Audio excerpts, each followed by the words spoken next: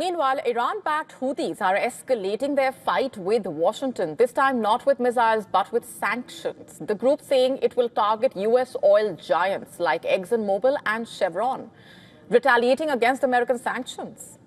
Even as a fragile ceasefire with the Trump administration hangs in the balance. The Sanaa-based Humanitarian Operations Coordination Center, HOCC, which is a body set up last year to basically liaise between the Houthi forces and the commercial shipping operators, sanctioned 13 U.S. companies, 9 executives, 2 vessels. The sanctions are allegedly in retaliation for U.S. sanctions imposed on the Houthis this year.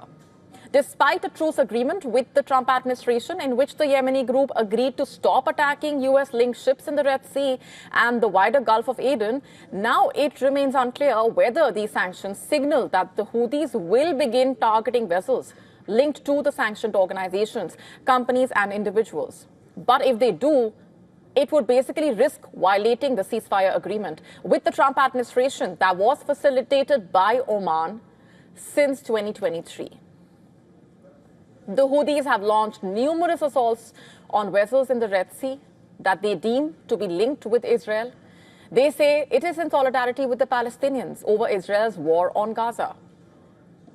Their attacks have had an impact on the vital oil tanker traffic through the Strait of Hormuz, which is located between Oman and Iran, connecting the Persian Gulf with the Gulf of Oman and the Arabian Sea. The Houthis have occasionally attacked ships in the Gulf of Aden, which connects the Red Sea and the Arabian Sea. On Monday, the Houthis also claimed responsibility for attacking a Dutch cargo ship in the Gulf of Aden with a cruise missile, injuring 2 crew and leaving the vessel ablaze and adrift. Last year, the U.S. imported about 500,000 barrels per day of crude and condensate from Gulf countries through the Strait of Hormuz.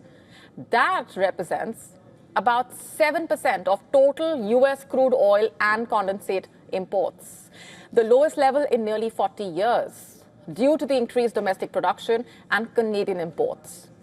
And now the question still is, will the Houthis' decision to blacklist the American companies have any effect on the oil market? Experts don't think so. In fact, they say that the move is unlikely to actually impact the oil market, since most of the trade in the region is handled by Chinese, Russian, Iranian, and other Gulf companies that the Houthis want to keep on good terms with.